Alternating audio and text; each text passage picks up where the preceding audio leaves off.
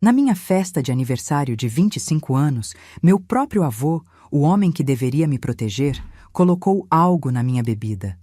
Quando meu marido nos encontrou e tentou me salvar, meu avô atirou na cabeça dele sem hesitar.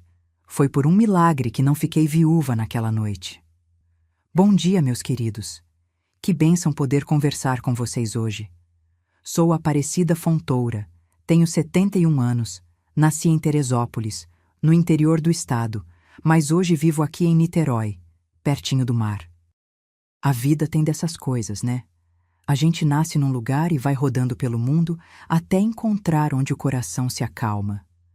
Toda manhã eu acordo cedinho, antes mesmo do sol aparecer. É um privilégio que Deus me deu depois de tanta luta, sabe? Nos fins de semana, quando meus netos vêm me visitar, eu preparo aquela tapioca recheada que eles tanto gostam. A Janaína, minha neta mais velha, já está com 16 anos e sempre diz: "Vó, sua tapioca é a melhor do mundo." E eu respondo que o segredo está no amor que coloco na massa. Mas entre nós, também tem um pouquinho de coco ralado na hora que faz toda a diferença, viu? Minha filha Neide mora aqui perto, graças a Deus. Depois de tudo que passamos juntas, ter ela pertinho é uma bênção que agradeço todos os dias. Foi ela quem insistiu para eu começar a contar minhas histórias para vocês. No começo eu relutei, sabe? Achava que ninguém ia querer ouvir o que uma senhora de idade tem para contar, mas ela dizia: "Mãe, sua história pode ajudar muita gente." E parece que ela tinha razão, porque aqui estamos nós. Este cantinho onde gravo meus vídeos é o meu quarto de costura. Vejam, ali na parede tem uma foto minha com meu Eustáquio, meu marido. Estamos juntos há 46 anos. Foi por um milagre que não perdi ele logo no início do nosso casamento. Mas isso eu conto melhor daqui a pouco. Ah, e antes de continuar, queria fazer um pedidinho especial para vocês. Se puderem dar aquele like no vídeo e se inscrever no canal, eu ficaria muito agradecida. E me contem aqui nos comentários de qual cidadezinha vocês estão me assistindo e em que horinha do dia encontraram essa vovó tagarela. Logo cedinho com o café, depois do almoço ou já de noitinha enrolados na coberta. Eu adoro saber de onde vocês são e sempre leio todos os comentários com muito carinho. Hoje vou contar para vocês uma história difícil, que carrego aqui dentro há mais de 45 anos. Uma história sobre confiança traída e sobre como, às vezes, o perigo pode estar mais perto do que imaginamos, até mesmo dentro da nossa própria família. Mas também é uma história de milagre, de amor e de recomeço. Vocês já ouviram falar que às vezes Deus escreve certo por linhas tortas? Foi assim na minha vida. O que parecia ser o fim de tudo, acabou sendo o começo da minha verdadeira história de amor e superação. E é sobre isso que vou falar com vocês hoje. Nasci numa casinha simples em Teresópolis, lá pelos lados da Serra dos Órgãos. Era uma casa de madeira, com um terreiro grande na frente onde as galinhas ciscavam o dia todo e um quintal atrás cheio de pés de frutas. Minha mãe, Dolores, era costureira e fazia roupas para toda a vizinhança.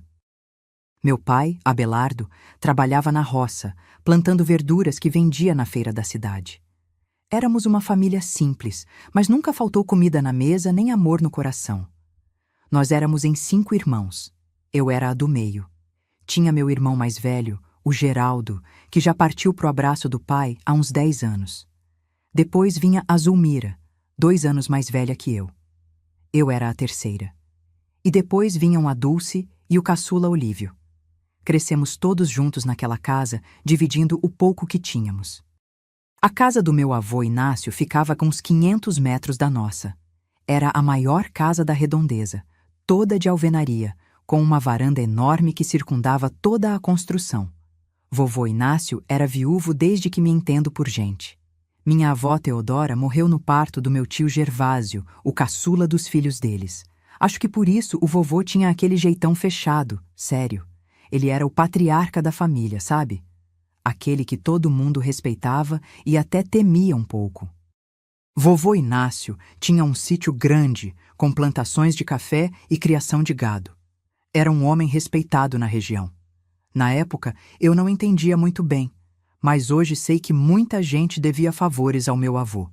O prefeito da cidade, o delegado, até o padre, todos tratavam vovô Inácio com um respeito diferente. Ele tinha o que chamavam de prestígio político. Na casa dele, tudo era organizado e limpo, graças à dona Zenaida, que tomava conta de tudo. Ela era uma senhora calada, que morava com o vovô há muitos anos, desde que vovó morreu. Todo mundo dizia que ela era só a governanta, mas a gente, criança, percebia os olhares que os dois trocavam quando pensavam que ninguém estava vendo.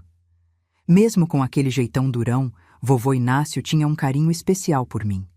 Sempre dizia que eu era a cara da vovó Teodora quando jovem.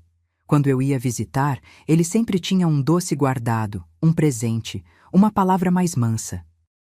Minha netinha preferida, ele me chamava. Na época, aquilo me enchia de orgulho. Hoje, só de lembrar, sinto um frio na espinha. Minha infância foi simples, mas cheia de brincadeiras ao ar livre. A gente subia em árvores, tomava banho de rio, brincava de pique-esconde entre os pés de café do sítio do vovô. Nas tardes de chuva, eu ficava olhando minha mãe costurar, aprendendo cada ponto, cada movimento. Foi com ela que aprendi a arte da costura, que mais tarde se tornaria meu ganha-pão. A escola era longe, a gente ia a pé, eu e meus irmãos, mais umas crianças da vizinhança. No caminho, a gente cantava, contava histórias, catava frutas nos pés que encontrava pela estrada. A professora Hortência era rigorosa, mas justa. Foi ela que me ensinou a gostar de ler. Cida, ela dizia, os livros são asas para a mente. Com eles, você pode ir onde quiser. E eu acreditei. Lia tudo que caía nas minhas mãos. Almanaques, revistas velhas, os poucos livros da pequena biblioteca da escola. Aos domingos, a família toda se reunia depois da missa para almoçar na casa do vovô. Era tradição. Minha mãe e minhas tias passavam a manhã toda cozinhando, enquanto os homens conversavam na varanda, bebendo a cachaça que vovô mesmo fazia. Nós, crianças, brincávamos pelo quintal até sermos chamados para comer. Era uma mesa farta. Arroz, feijão, couve, tutu de feijão, frango caipira, linguiça feita em casa.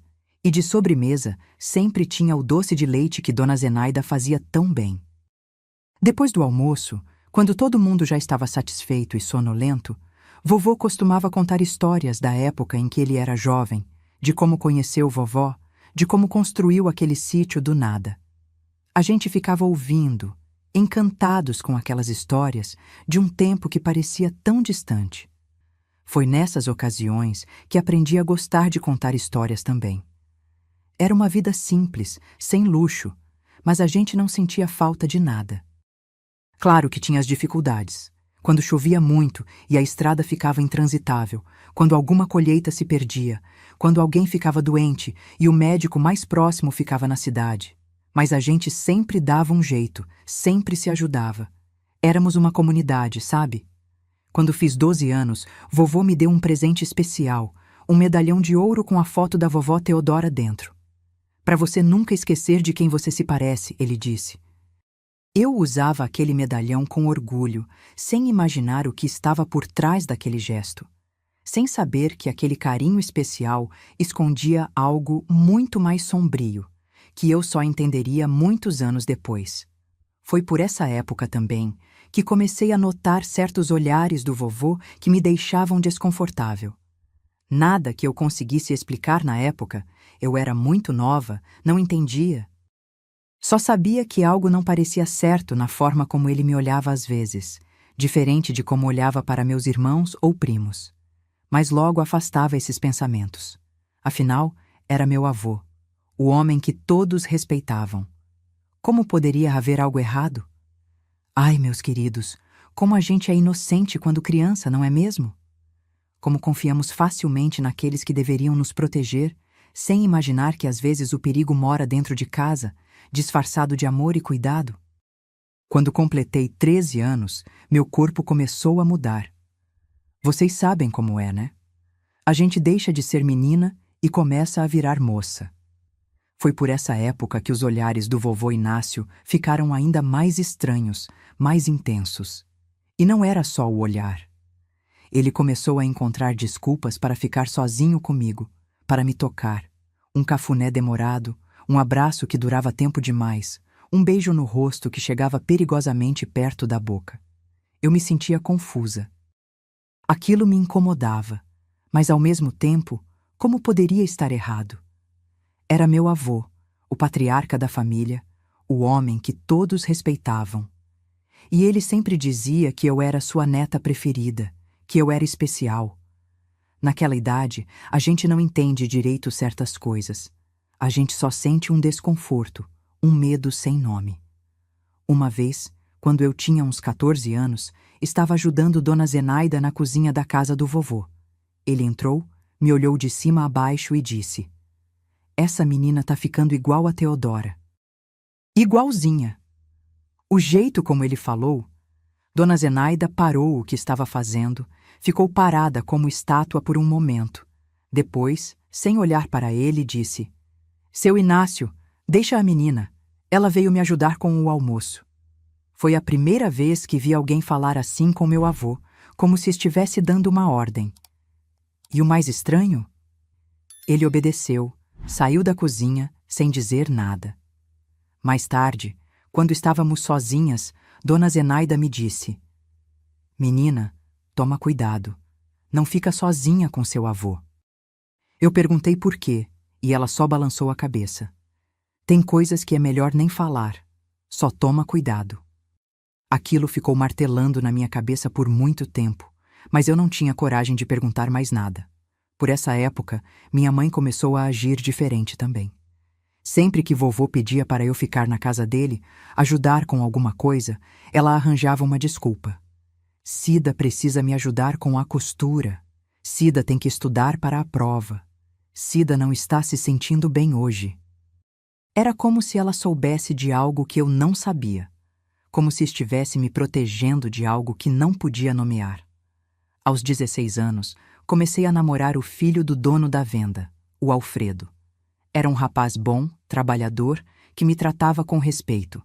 Quando o vovô Inácio soube, ficou furioso. "Esse moleque não serve para você", dizia. "Família de gente sem estudo, sem posses." O que era estranho, porque nossa família também não tinha posses nem estudo, exceto pelo próprio vovô. Um dia, Alfredo veio me buscar para um baile na cidade. Vovô apareceu na nossa casa sem ser convidado. Viu o Alfredo e começou a gritar, a dizer que eu era muito nova para namorar, que Alfredo não era homem suficiente para mim. Meu pai tentou acalmar a situação, mas vovô Inácio era o patriarca, sua palavra era lei. O namoro acabou naquele dia. Alfredo nunca mais veio me ver, com medo do meu avô. Depois desse episódio, vovô Inácio começou a aparecer mais na nossa casa. Trazia presentes para mim, vestidos, sapatos, perfumes, coisas que minha família nunca poderia comprar.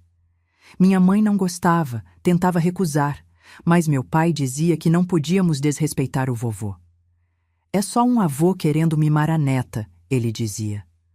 Hoje eu entendo que meu pai também tinha medo dele, da influência que ele tinha. Aos 18 anos, decidi que precisava sair dali. O comportamento do vovô estava ficando cada vez mais estranho, mais possessivo. Falei com minha mãe sobre ir trabalhar na cidade, talvez em uma das lojas do centro. A princípio ela resistiu, mas acho que no fundo sabia que era o melhor para mim.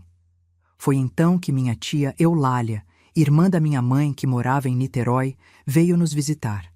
Quando soube da minha vontade de sair de Teresópolis, ofereceu: "Por que não vem comigo para Niterói? Lá tem muito mais oportunidade para uma moça jovem." Minha mãe, num raro momento de confronto, apoiou a ideia imediatamente. Meu pai hesitou, preocupado com a reação do vovô Inácio, mas, por fim, concordou. Quando o vovô soube, veio à nossa casa enfurecido. Nunca vou esquecer aquela cena. Ele gritava com meus pais, dizia que eu era ingrata, que depois de tudo que ele fez por mim, eu queria abandoná-lo. "Ela é igual à mãe, uma ingrata", ele berrava. Naquele momento, algo estalou na minha cabeça. Ele não estava falando da minha mãe, estava falando da minha avó, Teodora. Foi a primeira vez que percebi que o carinho especial que ele dizia ter por mim tinha algo a ver com minha semelhança com minha avó falecida. Mesmo com toda a resistência dele, acabei indo para Niterói com minha tia Eulália. Foi como respirar ar fresco pela primeira vez. A cidade era tão diferente de tudo que eu conhecia: o mar, os prédios, as pessoas de todo tipo. Me senti livre. Arrumei um emprego numa loja de tecidos no centro. O dono, seu Durvalino, era um português bondoso que me ensinou tudo sobre os diferentes tipos de tecido, como atender os clientes, como fazer as contas. Com o tempo, comecei a fazer pequenos concertos de costura ali mesmo, usando o que tinha aprendido com minha mãe. Foi nessa loja que conheci o Eustáquio, meu marido. Ele era representante de uma fábrica de tecidos de São Paulo e ia regularmente à loja do seu Durvalino. Um homem tão gentil, tão respeitoso. Nos primeiros encontros, ele nem segurou minha mão. Dizia que queria fazer tudo direito, do jeito antigo. Foi o primeiro homem que me tratou como uma pessoa completa, não como um objeto de desejo ou posse.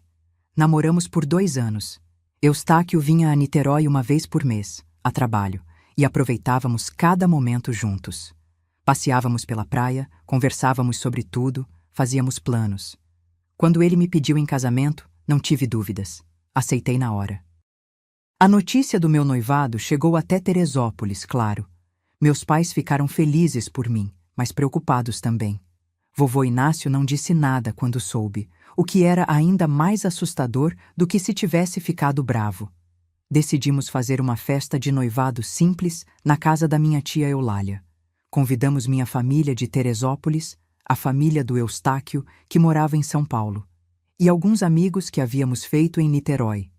Para minha surpresa, vovô Inácio confirmou presença. Disse que não perderia o noivado da sua netinha preferida por nada neste mundo. Aquelas palavras, que antes me enchiam de orgulho, agora me causavam arrepios. A festa de noivado aconteceu num sábado de céu azul. Tudo correu bem até o momento em que Eustáquio e eu estávamos cortando o bolo. Vovô Inácio, que tinha bebido além da conta, se aproximou e disse, alto o suficiente para todos ouvirem: "Essa menina é a cara da Teodora, igualzinha, até nos modos." Depois olhou para Eustáquio e completou: "Cuida bem dela, rapaz, senão eu mesmo cuido." Não foi o que ele disse, mas como disse. Havia uma ameaça velada ali, uma possessividade que fez o sangue gelar nas minhas veias. Eustáquio percebeu meu desconforto e, com uma delicadeza que sempre admirei nele, mudou de assunto, afastando-me sutilmente do meu avô. Mais tarde, quando estávamos sozinhos, ele perguntou: "Tem algo que você queira me contar sobre seu avô?" Pensei em falar, em desabafar tudo o que vinha sentindo há anos, mas as palavras não saíam. Como explicar algo que nem eu mesma entendia completamente? Então, apenas balancei a cabeça e disse que meu avô era um homem difícil, temperamental e que às vezes bebia demais. Não era mentira, só não era toda a verdade. Casamos 3 meses depois, numa cerimônia simples na igreja de São Lourenço, em Niterói. Vovô Inácio não compareceu, mandou dizer que estava doente. Senti um alívio imenso quando soube. Foi o dia mais feliz da minha vida até então, sem nenhuma sombra para obscurecer. Eustáquio e eu nos mudamos para um pequeno apartamento em Niterói, perto da praia de Icaraí. A vida era boa, éramos felizes. Eu continuava trabalhando na loja do seu Durvalino, agora responsável pela parte de costura, e Eustáquio seguia como representante comercial, viajando pelo estado, mas sempre voltando para mim. Quando completei 25 anos, decidimos fazer uma pequena comemoração. Nada grandioso, apenas um jantar com alguns amigos e familiares. Mandei convites para meus pais e irmãos em Teresópolis. Para minha surpresa, recebi uma resposta não só deles, mas também do vovô Inácio, dizendo que viriam todos para meu aniversário. E foi assim, meus queridos, que sem saber, eu estava preparando o cenário para o dia que mudaria nossa vida para sempre. Um dia que começou com celebração e quase terminou em tragédia. Um dia que me ensinou que às vezes o perigo vem disfarçado de amor familiar e que o mal pode habitar o coração daqueles que deveriam nos proteger. Meu aniversário de 25 anos caiu num sábado de outono. O dia amanheceu ensolarado, com uma brisa fresca vinda do mar. Eu acordei animada, com aquela sensação boa de quem vai reunir pessoas queridas. Passei a manhã preparando tudo. Arrumei a casa, fiz um bolo de chocolate com cobertura de brigadeiro, o favorito do Eustáquio, preparei salgadinhos, cortei frutas para a salada. Eustáquio saiu cedo para buscar as bebidas e umas encomendas na rodoviária. Meus pais, irmãos e, para meu desconforto, vovô Inácio, chegariam por volta das 3 da tarde. A festa estava marcada para começar às 5, quando os amigos de Niterói também viriam. Lá pelas 3h30, ouvi a campainha tocar. Era minha família de Teresópolis. Minha mãe entrou primeiro, me abraçou forte, com aquele cheiro de alfazema que ela sempre usava. Meu pai veio em seguida, mais contido como sempre foi, mas com um sorriso orgulhoso. Meus irmãos, Zulmira, Dulce e Olívio, vieram depois. Geraldo não pôde vir, sua esposa estava prestes a dar à luz. E por último, como uma sombra, entrou vovô Inácio. Ele parecia mais velho, mais curvado do que eu lembrava.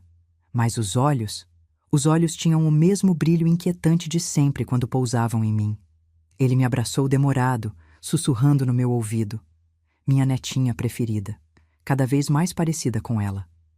Senti um calafrio percorrer minha espinha, mas mantive o sorriso, por educação, por não saber o que mais fazer. Eustáquio chegou logo depois, carregado de sacolas. Apresentei-o formalmente ao vovô Inácio. Eles tinham se visto brevemente no noivado, mas não tinham conversado de fato. Os dois homens se mediram com o olhar. Meu marido, sempre educado, estendeu a mão e sorriu.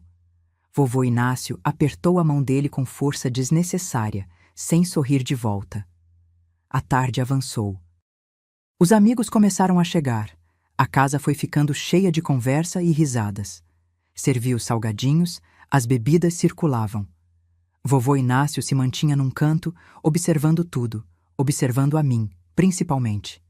De vez em quando, alguém se aproximava dele, tentava puxar conversa, mas ele respondia com monossílabos, afastando as pessoas. Em determinado momento, quando eu estava na cozinha arrumando mais petiscos numa bandeja, senti uma presença atrás de mim.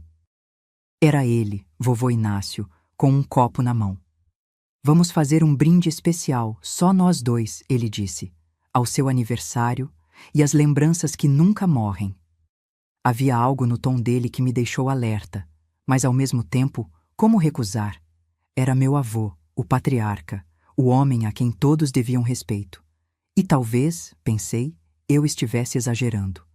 Talvez fossem apenas as reminiscências de uma menina confusa, interpretando mal gestos inocentes. Ele tirou do bolso um pequeno frasco, despejou algumas gotas no meu copo e no dele. Uma bebida especial, explicou, feita com ervas do meu sítio, traz boa sorte e vida longa. Brindamos. O líquido tinha um gosto estranho, amargo, que a limonada só parcialmente disfarçava. Mas bebi, por educação, por respeito, por não saber como recusar. Poucos minutos depois, comecei a sentir uma tontura estranha. Não era como o efeito do álcool que eu conhecia bem. Era algo diferente, mais profundo. As vozes ao redor começaram a parecer distantes, as luzes mais brilhantes, os contornos das coisas menos nítidos. Tentei me apoiar na pia da cozinha para não cair. Vovô Inácio estava ao meu lado em um instante. Não está se sentindo bem, minha querida? Perguntou, com uma preocupação que agora sei que era fingida. Deve ser a emoção do dia, o cansaço dos preparativos. Vamos, deixe-me ajudá-la a deitar um pouco. Eu queria dizer não. Queria chamar por Eustáquio, por minha mãe, por qualquer pessoa. Mas minha língua parecia pesada demais para formar palavras. Minha visão estava embaçada, meu corpo não respondia como deveria. Senti o braço forte do meu avô circundando minha cintura, me guiando para fora da cozinha. O que está havendo? Ouvi a voz do Eustáquio, vinda de algum lugar próximo à sala. Sua esposa não está se sentindo bem, respondeu vovô Inácio, com aquela voz que não admitia questionamentos. É só a emoção do dia. Vou levá-la para descansar um pouco no quarto. Você cuide dos convidados, não queremos alarmar ninguém. Não consigo lembrar se Eustáquio respondeu algo. A próxima coisa que sei é que estava sendo conduzida pelo corredor, para longe das vozes e risadas da festa, em direção ao nosso quarto de casal. O que aconteceu a seguir vem à minha memória em flashes, como fragmentos de um pesadelo. Lembro do colchão sob minhas costas, da porta sendo fechada, do rosto do meu avô sobre o meu, daqueles olhos com um brilho que agora já não tentava esconder o que era. Lembro das mãos dele, mãos que eu conhecia desde criança, agora me tocando de uma forma que nenhum avô deveria tocar uma neta. Eu tentava falar, tentava gritar, mas minha voz não saía. Tentava empurrar, mas meus braços pareciam feitos de algodão. Era como estar presa dentro do meu próprio corpo, consciente mas impotente, assistindo a tudo como se de fora. Não sei quanto tempo se passou. Pode ter sido minutos, pode ter sido uma eternidade. Sei apenas que, em determinado momento, a porta do quarto se abriu. Era Eustáquio, meu marido, meu salvador. Seu rosto mudou em um instante, da preocupação para o horror, depois para a fúria. "O que está acontecendo aqui?" ele perguntou, a voz trêmula de raiva. Vovô Inácio se levantou calmamente, ajeitou a roupa com uma tranquilidade assustadora. Olhou para Eustáquio e disse, com uma frieza que jamais esquecerei: "Ela sempre foi minha, sempre, desde que a vi pela primeira vez, tão parecida com Teodora. Agora que você sabe, não posso te deixar viver." Foi tudo muito rápido. Vovô Inácio tirou do bolso interno do paletó uma arma pequena que brilhou sob a luz do abajur. Eustáquio mal teve tempo de reagir. O estampido foi como um trovão dentro do quarto. Vi meu marido cair. Vi o sangue começar a se espalhar pelo tapete que tínhamos comprado juntos no nosso primeiro mês de casados. Naquele momento, algo dentro de mim reagiu. O terror foi tão grande que consegui romper o torpor em que a droga me havia colocado. Gritei. Gritei com toda a força que havia em mim, um grito que parecia vir das profundezas da minha alma. A porta do quarto se abriu novamente. Meu pai e meu irmão Olívio estavam ali, seguidos por alguns amigos da festa. Viram Eustáquio caído, sangrando. Viram a arma na mão do vovô. Viram-me na cama, em um estado que deixava claro o que havia acontecido ou estava prestes a acontecer. "Pai, o que o senhor fez?" meu pai perguntou, a voz embargada de incredulidade e horror. Vovô Inácio olhou para ele, depois para todos ao redor e então para mim. Nos olhos dele vi algo que nunca tinha visto antes. Não era arrependimento, não era vergonha. Era uma espécie de alívio, como se um segredo muito antigo finalmente tivesse sido revelado e ele já não precisasse fingir.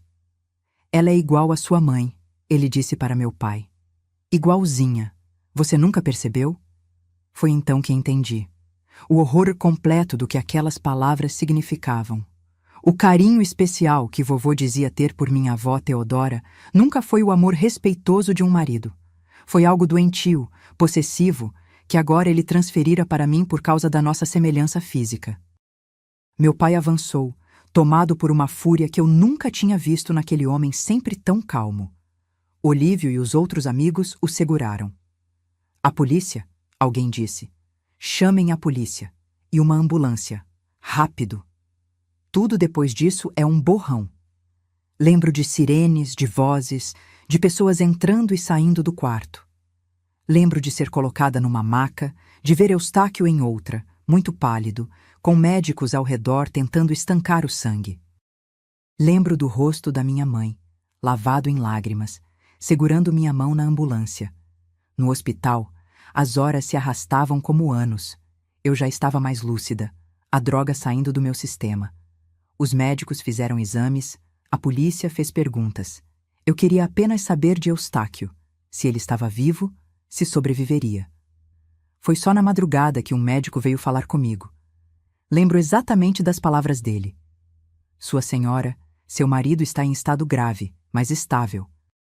A bala atingiu o lado direito da cabeça, mas por uma chance em 1.000.000 não danificou áreas vitais do cérebro. Ele perdeu muito sangue e ainda não sabemos a extensão dos danos neurológicos, mas ele está vivo. E nas circunstâncias, isso já é um milagre. Um milagre. Era exatamente isso. Um milagre que Eustáquio tivesse decidido verificar como eu estava. Um milagre que a bala não tivesse sido fatal. Um milagre que, em meio a todo aquele horror, houvesse uma centelha de esperança.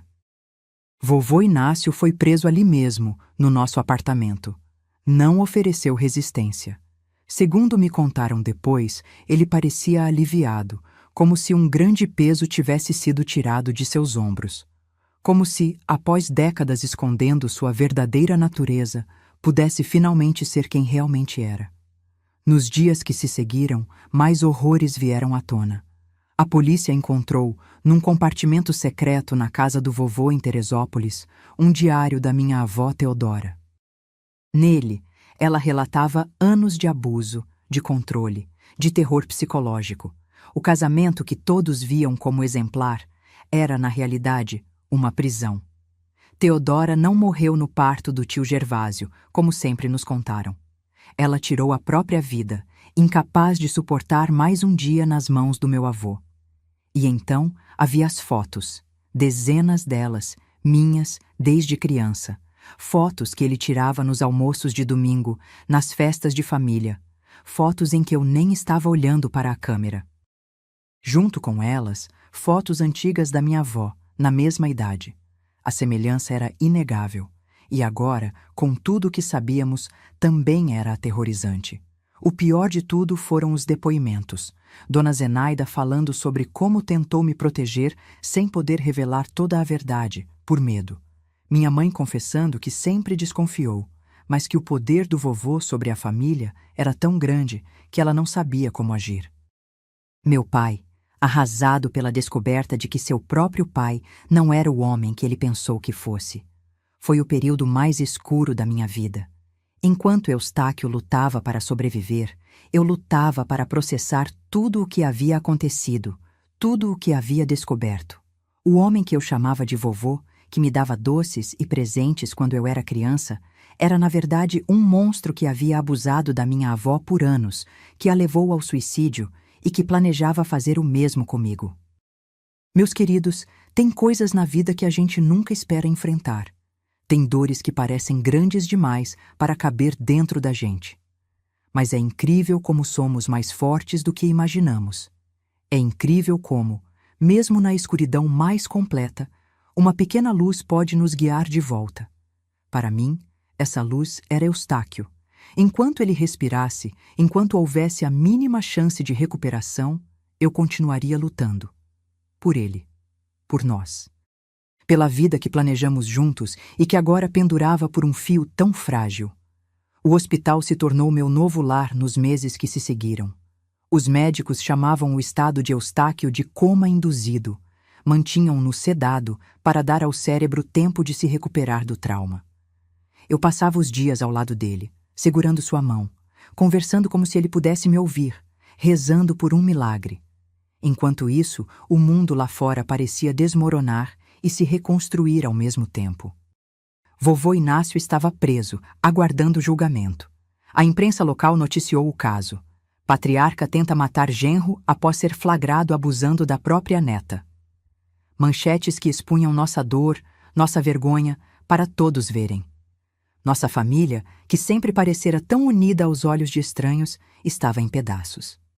Meu pai oscilava entre a raiva devastadora e a culpa paralisante. Como não percebera o que o próprio pai era capaz de fazer? Minha mãe, que sempre suspeitara, carregava o peso de não ter feito o suficiente para me proteger. Meus irmãos estavam em choque, tentando reconciliar a imagem do avô amoroso com a do monstro que agora sabíamos que ele era.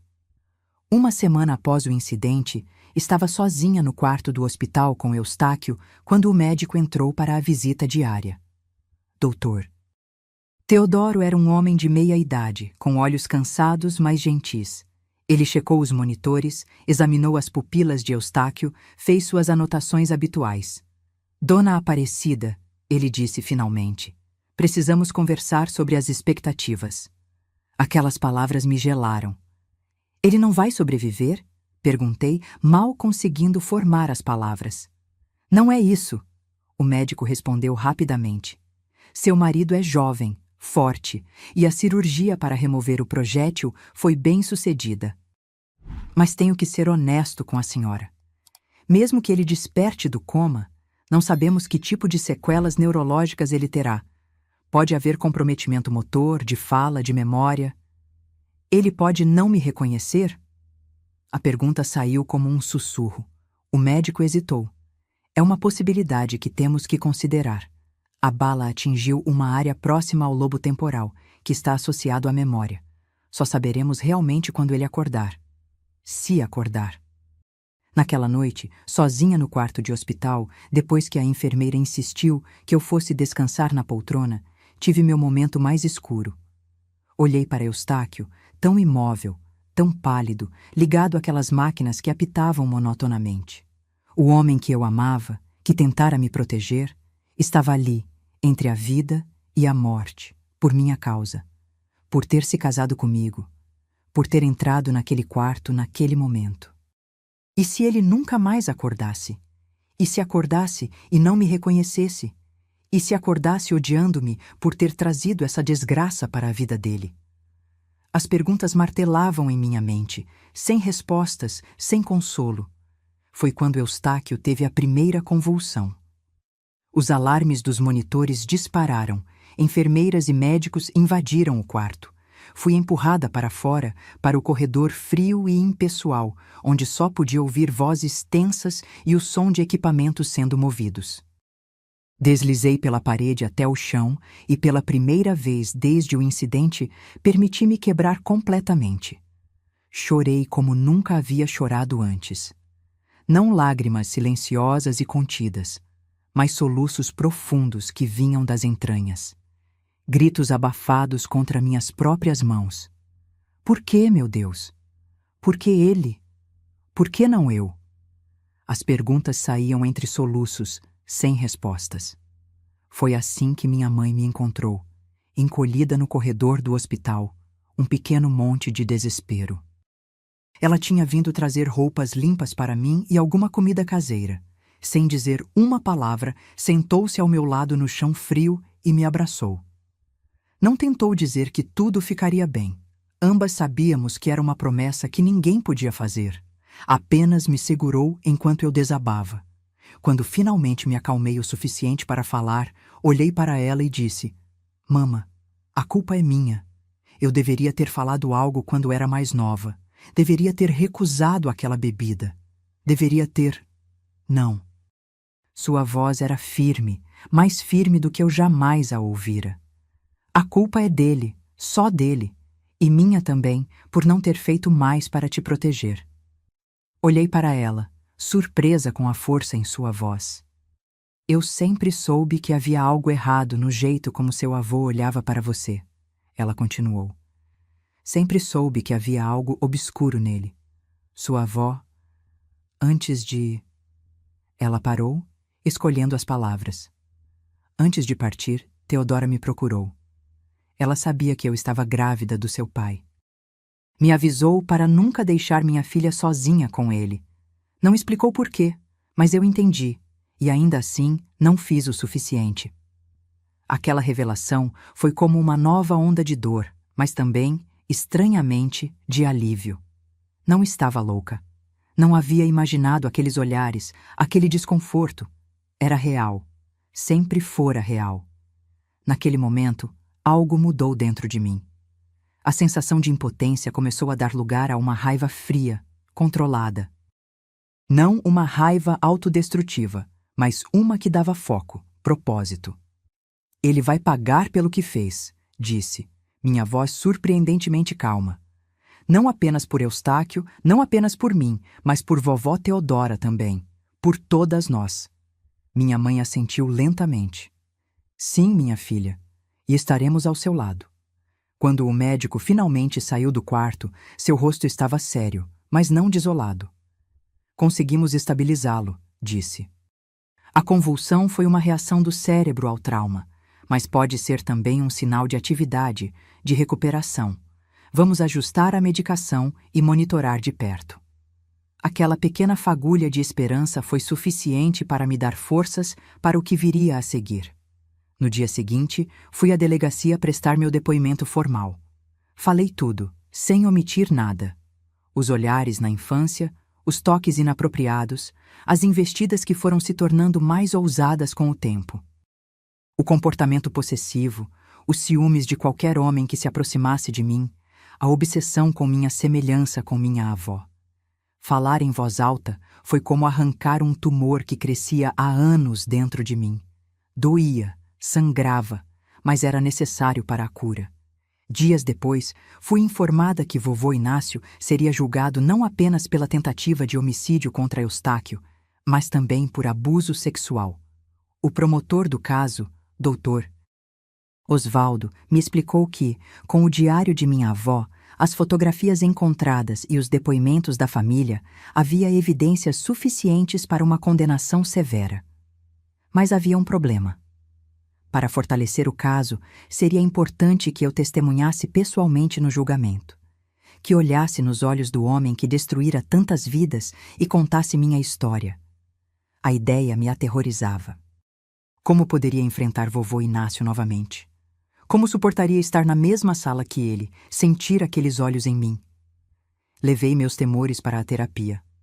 Após o incidente, comecei a consultar a doutora Irene, uma psicóloga indicada pelo hospital. Ela me ouvia com paciência, ajudando-me a processar o turbilhão de emoções que me dominava. Aparecida, ela disse quando expressei meu pavor de reencontrar meu avô.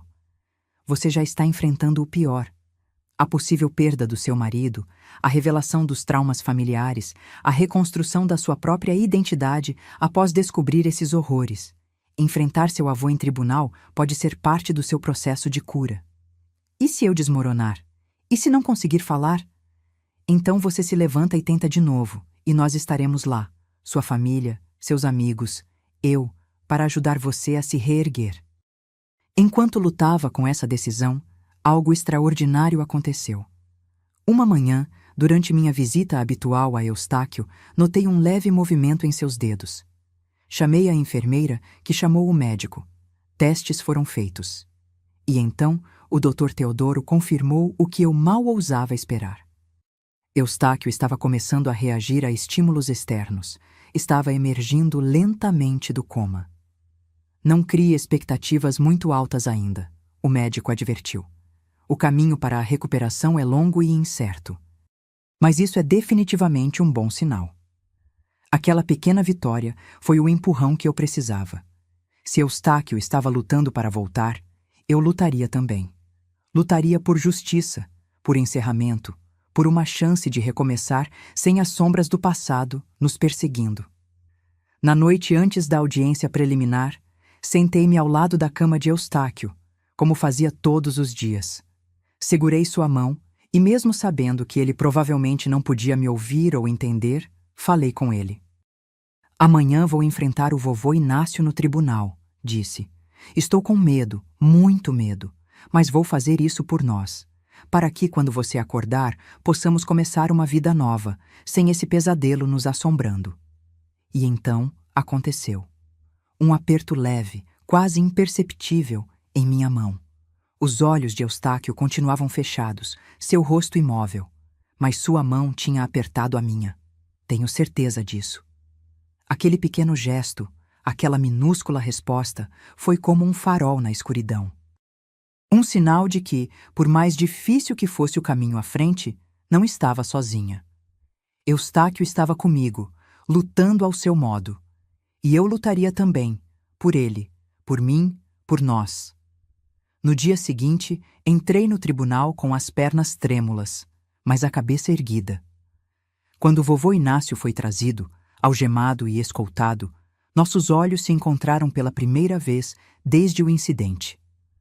Procurei nos olhos dele o monstro que agora eu sabia que ele era. Mas o que vi foi algo diferente, inesperado. Um homem velho, diminuído, sem o poder e a autoridade que sempre o circundaram. E naquele momento, percebi algo crucial. Ele já não tinha poder sobre mim. Nunca mais teria. Quando fui chamada para depor, minha voz não falhou. Contei minha história, Nossa história, minha e de minha avó Teodora, com clareza e dignidade. Não omiti nada, não minimizei nada. A verdade, por mais dolorosa que fosse, precisava ser dita, por todas nós. Ao terminar meu depoimento, olhei diretamente para meu avô e disse as palavras que havia ensaiado tantas vezes em minha mente. Você tirou muitas coisas de mim e quase tirou a vida do homem que amo. Mas não vai tirar meu futuro. Não vai tirar minha capacidade de amar e ser amada. Não vai tirar minha voz. Nunca mais. Ele não reagiu, não demonstrou remorso, arrependimento ou qualquer emoção. Mas isso não importava mais. O que importava era que eu havia falado. Havia quebrado o silêncio que protegera seu comportamento abusivo por gerações. Quando saí do tribunal naquele dia, o sol de outono banhava Niterói com uma luz dourada. Respirei fundo, sentindo pela primeira vez em meses que talvez, apenas talvez, haveria um amanhã que valesse a pena viver. E foi com essa renovada esperança que retornei ao hospital para continuar minha vigília ao lado do homem que arriscara tudo para me salvar e que agora, lenta, mas seguramente, estava encontrando seu caminho de volta para mim. O julgamento de vovô Inácio durou quase 3 meses. Foram audiências exaustivas, depoimentos dolorosos, revelações que estremeceram nossa família até os alicerces. Mas no fim, a justiça prevaleceu. Ele foi condenado a 20 anos de prisão por tentativa de homicídio contra Eustáquio e mais 12 anos pelos crimes de abuso e violência. Uma sentença que, considerando sua idade avançada, significava que provavelmente passaria o resto de seus dias atrás das grades. Mas a verdadeira vitória, meus queridos, não foi a condenação do meu avô. A verdadeira vitória começou numa tarde de abril, quase 5 meses depois daquele terrível dia do meu aniversário. Eu estava no hospital, como de costume, sentada ao lado da cama de Eustáquio, lendo em voz alta um livro que havíamos começado juntos, antes do incidente. Os médicos diziam que falar com pacientes em coma podia ajudar, que talvez ele pudesse ouvir, mesmo que não pudesse responder.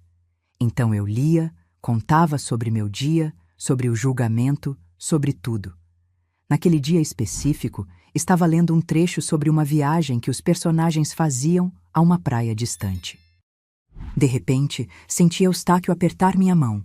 Não um aperto reflexivo como às vezes acontecia, mas algo diferente, mais firme, mais deliberado. Parei de ler imediatamente. Eustáquio? Minha voz tremeu de esperança. Seus olhos se abriram lentamente, piscando contra a luz. Olhos que eu temia nunca mais ver abertos novamente. Olhos que, por um instante terrível, pareciam vazios, sem reconhecimento. Cida? A voz dele saiu rouca, quase inaudível, mas foi o som mais belo que já ouvi na minha vida. Chamei as enfermeiras, que chamaram o doutor Teodoro. Testes foram feitos, perguntas simples foram feitas. Qual o seu nome? Que ano é? Você sabe onde está? Para meu alívio indescritível, Eustáquio sabia quem era. Sabia quem eu era. Tinha lacunas na memória, sim, especialmente sobre o dia do incidente e algumas semanas antes, mas sua essência estava intacta. O milagre que eu tanto havia rezado finalmente aconteceu. Claro que esse foi apenas o começo de uma longa jornada de recuperação. Eustáquio precisou reaprender a andar, a coordenar movimentos precisos. Sua fala às vezes falhava. Palavras escorregavam de sua mente como peixes escorregadios. A cicatriz na têmpora direita, onde a bala entrara, era um lembrete constante do que quase perdemos. Mas ele estava vivo. Estava voltando para mim um pouco a cada dia. Durante sua reabilitação, eu estava sempre ao lado dele. Aprendi com os fisioterapeutas como ajudá-lo nos exercícios. Descobri técnicas para auxiliar na recuperação da fala com a fonoaudióloga. Adaptei nossa alimentação, seguindo as orientações da nutricionista. Nossa vida girava em torno da sua recuperação e eu não me importava. Era um privilégio poder cuidar dele, depois que ele arriscara tudo para me salvar. Lembro de uma tarde, cerca de 2 meses após ele despertar do coma, quando estávamos no jardim do hospital, fazendo exercícios de caminhada. Ele ainda usava andador, seus passos eram inseguros. De repente, ele parou e se virou para mim. Cida, ele disse, com aquela nova hesitação em sua fala. O que aconteceu naquele dia? Lembro de entrar no quarto e ver seu avô, mas depois, nada. Era a primeira vez que ele perguntava diretamente sobre o incidente. Os médicos haviam aconselhado a não forçar memórias traumáticas, deixar que voltassem naturalmente, se voltassem. Respirei fundo e contei, da forma mais suave possível, o que havia acontecido. Quando terminei, vi lágrimas nos olhos dele. Pensei que fossem de dor pela lembrança, mas me surpreendi quando ele disse: "Desculpe, não ter chegado antes." Fiquei sem palavras por um momento. Depois de tudo que ele havia sofrido, depois de quase morrer tentando me salvar, ele estava pedindo desculpas por não ter me protegido melhor? "Eustáquio", disse, segurando seu rosto entre minhas mãos, "você é o homem mais corajoso que já conheci. Você me salvou." Entrou naquele quarto sem saber o que enfrentaria e quase pagou com sua vida. Não há nada, absolutamente nada, pelo que você precise se desculpar.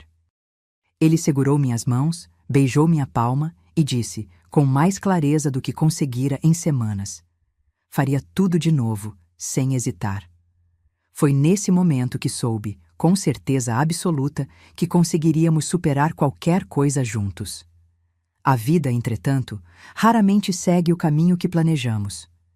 Quando Eustáquio recebeu alta do hospital, percebemos que não poderíamos voltar ao nosso antigo apartamento. Havia muitas escadas, nenhuma adaptação para suas novas necessidades, e principalmente memórias de mais do que acontecera lá. Foi minha irmã Zulmira quem nos ofereceu uma solução. Ela e o marido, Laércio, haviam se mudado para Cabo Frio alguns anos antes, onde tinham uma pousada perto da praia. "Venham ficar conosco", ela ofereceu. "O ar do mar vai fazer bem para a recuperação do Eustáquio, e temos uma casinha nos fundos da pousada que vocês podem usar pelo tempo que precisarem." Aceitamos. Vendemos o apartamento em Niterói, por um preço abaixo do mercado, mas não nos importamos, e nos mudamos para Cabo Frio. Foi como respirar ar fresco depois de meses sufocando. A casinha era pequena, mas aconchegante, com uma varanda que dava para um jardim florido. O barulho do mar era uma presença constante, reconfortante. E estar perto da minha irmã e de sua família nos dava o apoio que tanto precisávamos. Eustáquio continuou sua reabilitação em Cabo Frio.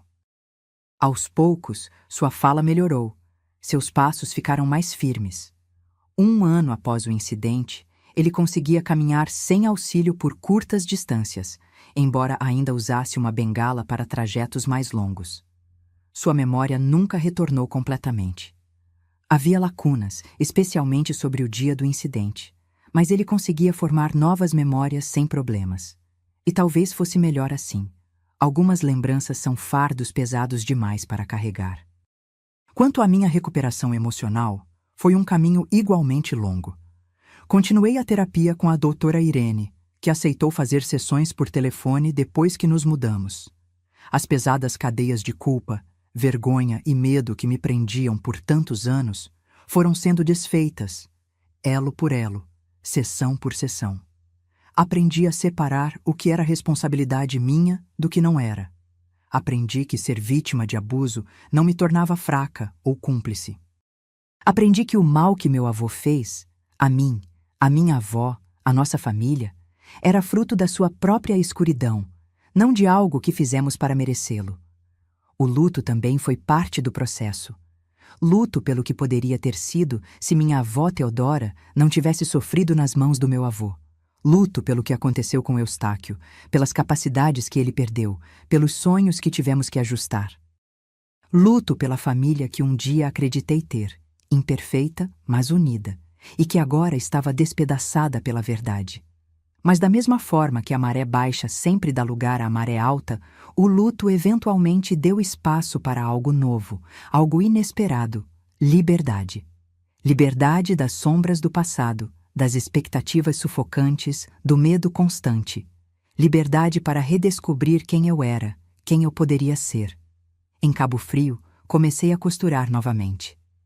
Primeiro, apenas pequenos concertos para os hóspedes da pousada da minha irmã. Depois, roupas de praia que vendíamos na recepção. E então, por sugestão de Eustáquio, abri meu próprio ateliê, especializado em roupas leves, coloridas, que capturavam a essência daquele lugar ensolarado. Foi um recomeço para nós dois. Eustáquio, que antes do acidente viajava constantemente a trabalho, encontrou uma nova vocação. Com seu jeito gentil e sua habilidade com números, que felizmente não foi afetada pela lesão, começou a ajudar minha irmã e meu cunhado com a administração da pousada. Eventualmente, tornou-se sócio deles, investindo o que recebemos da venda do apartamento e a indenização do processo judicial. Ficamos em Cabo Frio por quase 10 anos. Foram anos de cura, de redescoberta, de construção de uma nova vida sobre as cinzas da antiga. Fizemos amigos, criamos raízes, encontramos uma paz que jamais imaginamos possível após o trauma que vivemos. Mas o chamado do mar de Niterói sempre ecoou em nossos corações.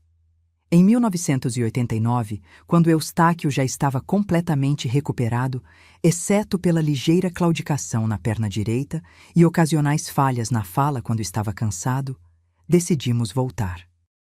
Não para o mesmo bairro, não para reviver o passado, mas para escrever um novo capítulo em uma cidade que, apesar de tudo, ainda considerávamos lar. Compramos um pequeno apartamento em Icaraí, perto da praia, no térreo de um prédio antigo mas charmoso. Eu trouxe meu ateliê de costura, agora especializado em roupas infantis coloridas e alegres. Eustáquio, usando a experiência adquirida na pousada, abriu uma pequena agência de turismo focada em roteiros acessíveis para pessoas com mobilidade reduzida. E assim, meus queridos, construímos uma vida nova, uma vida que não apagava o passado. As cicatrizes ainda estavam lá, tanto as físicas quanto as invisíveis, mas que não era definida por ele. Uma vida de propósito, de alegria, de amor renovado a cada dia. Quanto ao meu avô, Inácio, ele morreu na prisão 5 anos após sua condenação. Não fui ao funeral. Não senti necessidade de vê-lo uma última vez, de buscar um encerramento que já havia encontrado à minha maneira.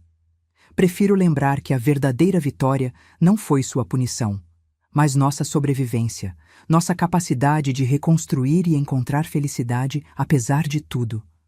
Como diz aquele velho ditado, a melhor vingança é uma vida bem vivida. E essa, meus queridos, é a vingança que Eustáquio e eu escolhemos. E assim chegamos aos dias de hoje, meus queridos. Já se passaram mais de 45 anos desde aquela noite terrível, e olha só a vida que Deus me permitiu ter depois de tudo. Continuamos aqui em Niterói, no mesmo apartamento em Icaraí que compramos quando voltamos de Cabo Frio. Claro que fizemos algumas reformas ao longo dos anos. Ampliamos a cozinha, trocamos o piso por algo mais seguro para quando Eustáquio começou a ter dificuldades para andar novamente, já na velhice. Mas é o nosso cantinho, nosso porto seguro. A vista para o mar continua sendo minha alegria diária. Toda manhã, acordo cedinho, hábito que nunca perdi dos tempos de roça, e vou para a varanda com meu café. Fico ali, vendo o sol nascer sobre a baía de Guanabara, ouvindo o barulho das ondas, sentindo a brisa salgada no rosto. Nesses momentos, agradeço a Deus por mais um dia, por cada pequeno milagre que me trouxe até aqui. Meu ateliê de costura funcionou por mais de 25 anos. As roupinhas coloridas que eu fazia viraram uma marca registrada aqui na região. Muitas mães que compravam para seus bebês voltavam anos depois com suas filhas, já mocinhas, querendo peças exclusivas. Foi uma alegria ver minhas criações vestindo gerações de niteroienses. Aposentei a máquina de costura comercial há uns 5 anos, quando a artrite nas mãos começou a ficar mais severa. Mas ainda costuro de vez em quando, coisas pequenas, mais por prazer do que por necessidade. Eustáquio também se aposentou da agência de turismo.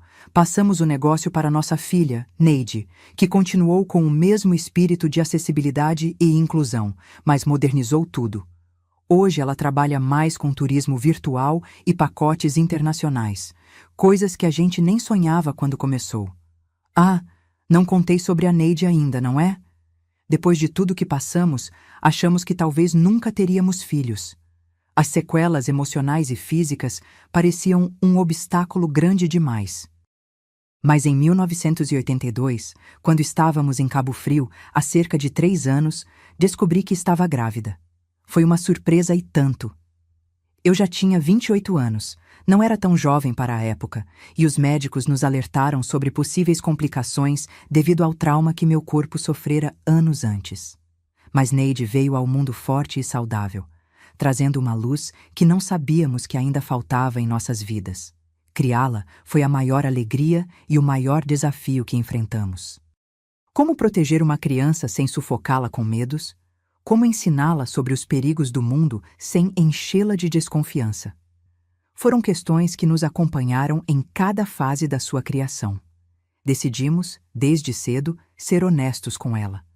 Não sobre todos os detalhes sombrios, claro, mas sobre a importância de confiar em seus instintos, de nunca ter medo de dizer não, de entender que seu corpo pertence somente a ela. E, principalmente, que sempre estaríamos ali para protegê-la e apoiá-la, não importa o que acontecesse. Neide cresceu como uma menina confiante, curiosa, cheia de vida. Estudou turismo na faculdade, influência do pai com certeza, e depois assumiu a agência. Casou-se com Gilberto, um professor de história que conheceu numa viagem a Ouro Preto que ela estava guiando. Eles nos deram nossa neta Janaína, que já está com 16 anos e é a cara da avó quando jovem. Todos dizem isso, menos eu, que vejo nela os olhos vivos do avô. Eustáquio, meu companheiro de tantas batalhas, está com 76 anos agora. Os efeitos do tiro na cabeça, que pareciam ter sido superados nos primeiros anos após a recuperação, voltaram a se manifestar com a idade. A claudicação na perna direita piorou. Agora ele precisa de uma bengala para distâncias curtas e uma cadeira de rodas para passeios mais longos. A fala às vezes falha, especialmente quando está cansado ou emocionado. Sua memória tem dias bons e dias ruins. Mas o essencial permanece intacto: seu coração generoso, seu olhar amoroso, sua determinação inabalável. Ainda é o primeiro a sugerir um passeio à beira-mar nos dias de sol. Ainda me surpreende com pequenos presentes: uma flor colhida no jardim do prédio, um doce da padaria que ele sabe que adoro. Ainda segura minha mão todas as noites antes de dormir, como faz há quase meio século. Nossa rotina hoje é tranquila, como convém a um casal de velhinhos. Pela manhã, depois do meu momento de contemplação na varanda, preparo o café para nós dois. Eustáquio gosta de ler o jornal, ou melhor, de que eu leia para ele, já que sua visão também não é mais a mesma. Discutimos as notícias, comentamos sobre a vida dos vizinhos, planejamos pequenas atividades para o dia. 2 vezes por semana, vamos ao centro de fisioterapia. Eustáquio faz exercícios para manter a mobilidade, enquanto aproveito para participar de um grupo de alongamento para idosos. Depois, sempre paramos na sorveteria da Dona Nadir, uma tradição que mantemos há anos. Às quartas-feiras, Neide vem almoçar conosco, muitas vezes trazendo Janaína se ela não estiver na escola. São momentos preciosos, quando nossa pequena família se reúne em torno da mesa. Falamos sobre tudo: os estudos de Janaína, as viagens que Neide está organizando, as novidades do bairro. Rimos muito também. O riso foi uma conquista importante para nós, sabe? Aprender a rir novamente, depois de tudo. Nos fins de semana, se o tempo estiver bom e Eustáquio estiver se sentindo disposto, vamos até a praia bem cedinho, antes que fique cheia. Ele gosta de sentar na calçada do calçadão, observando o movimento, enquanto eu caminho um pouco na areia, sentindo os grãos entre os dedos dos pés. Pequenos prazeres que a vida nos ensinou a valorizar. Uma vez por mês, recebemos a visita da minha irmã Zulmira. Depois que o marido faleceu, ela vendeu a pousada em Cabo Frio e se mudou para um apartamento aqui perto. Nessas ocasiões, relembramos histórias da infância em Teresópolis, as boas memórias, aquelas que vale a pena preservar. Falamos dos nossos pais, que já partiram há muitos anos, com saudade e compreensão. Eles também foram vítimas, à sua maneira, do sistema de poder e medo que meu avô criou em torno da família. Não vou dizer que todos os dias são fáceis. A idade traz seus desafios. As dores do passado às vezes ressurgem em pesadelos que me fazem acordar suando no meio da noite. Há dias em que Eustáquio não consegue lembrar o que comeu no café da manhã, mas recorda com clareza cristalina algo que aconteceu 50 anos atrás. Há dias em que a artrite nas minhas mãos dói tanto que mal consigo segurar uma xícara. Mas esses dias difíceis são superados pelos momentos de graça que a vida nos oferece. O sorriso de Janaína quando nos mostra um bom resultado na escola, a mensagem carinhosa de Neide no Dia das Mães, o pôr do sol espetacular que vemos da nossa varanda, a mão de Eustáquio segurando a minha enquanto assistimos a um programa de televisão. Sabe, meus queridos, passei muitos anos da minha vida tentando entender por que tudo aquilo aconteceu comigo. Por que fui escolhida para carregar um fardo tão pesado? Por que minha avó Teodora teve que sofrer tanto? Por que Eustáquio, um homem tão bom, teve que pagar um preço tão alto por me amar? Com o tempo, aprendi que algumas perguntas não têm respostas. Ou pelo menos, não têm respostas que possam nos satisfazer completamente. O que podemos fazer é escolher como respondemos ao sofrimento que a vida nos impõe. Podemos deixar que ele nos defina, nos amargure, nos diminua. Ou podemos usá-lo como impulso para crescer, para desenvolver compaixão, para valorizar cada momento de alegria como o presente precioso que é. Escolhemos o segundo caminho, Eustáquio e eu. Não foi fácil, não foi uma linha reta, teve muitos desvios e retrocessos. Mas estamos aqui, 7 décadas de vida cada um, ainda de mãos dadas, ainda olhando o mar juntos, ainda sonhando com o amanhã. E isso, meus queridos, é o maior milagre de todos. Meus queridos que me acompanharam até aqui, quero deixar com vocês algumas palavras que nasceram da minha própria experiência. Palavras caras, conquistadas através de lágrimas e superação, que talvez possam iluminar o caminho de quem está vivendo seu próprio vale escuro. Aprendi que a idade não define nossa força, mas sim nossa capacidade de recomeçar cada dia. Quando tudo aconteceu comigo, eu tinha apenas 25 anos e achei que minha vida tinha acabado ali. Mas olha só, foram os 46 anos seguintes que realmente definiram quem eu sou, não aqueles momentos terríveis. Minhas rugas são mapas de sobrevivência. Cada uma conta uma história de dor superada. A cicatriz que Eustáquio carrega na têmpora é nosso lembrete diário do milagre que vivemos, de como estivemos tão perto de perder tudo, mas fomos abençoados com décadas de amor. A vida me ensinou que até na escuridão mais profunda, nossa luz interior nunca se apaga. Naqueles dias no hospital, quando eu não sabia se meu marido sobreviveria, quando descobri os horrores que meu avô havia causado à minha avó Teodora, parecia que não havia saída. Mas mesmo ali, uma pequena chama de esperança resistiu. Nunca permiti que minha dignidade fosse roubada, mesmo quando meu próprio avô tentou tirar tudo de mim. No tribunal, olhando nos olhos dele, entendi que o poder que ele tinha sobre mim só existia se eu permitisse. E eu escolhi não permitir mais. Descobri que somos mais fortes do que imaginamos, especialmente quando pensamos que não aguentamos mais. Ver Eustáquio reaprendendo a andar, a falar, a viver, mesmo com todas as limitações que o ferimento deixou, me ensinou o verdadeiro significado de coragem. O tempo não cura todas as feridas, mas nos ensina a viver com elas e, ainda assim, sorrir. Os pesadelos ainda vêm às vezes. Há dias em que Eustáquio não lembra o que comeu no café da manhã. Mas aprendemos a não deixar que essas cicatrizes definam nossos dias. Minha história não é sobre o que fizeram comigo, mas sobre como escolhi responder. Escolhemos, Eustáquio e eu, construir uma vida nova em Cabo Frio, criar nossa filha Neide com amor e proteção, voltar para Niterói, não como vítimas, mas como sobreviventes. Aprendi que a verdadeira fortaleza não está em nunca cair, mas em levantar todas as vezes. Quantas vezes achamos que não conseguiríamos continuar? Na convulsão de Eustáquio, no dia do julgamento, nos momentos de dúvida sobre o futuro. Mas cada vez que levantamos, ficamos um pouco mais fortes. O abuso deixa cicatrizes invisíveis, mas a recuperação mostra que podemos florescer mesmo depois da tempestade. Vejo isso refletido na minha neta Janaína, uma jovem forte, confiante, que cresceu sabendo seu valor, porque conseguimos quebrar o ciclo de abuso que marcou gerações da nossa família. Descobri que minha voz, mesmo trêmula, tem poder quando decido usá-la.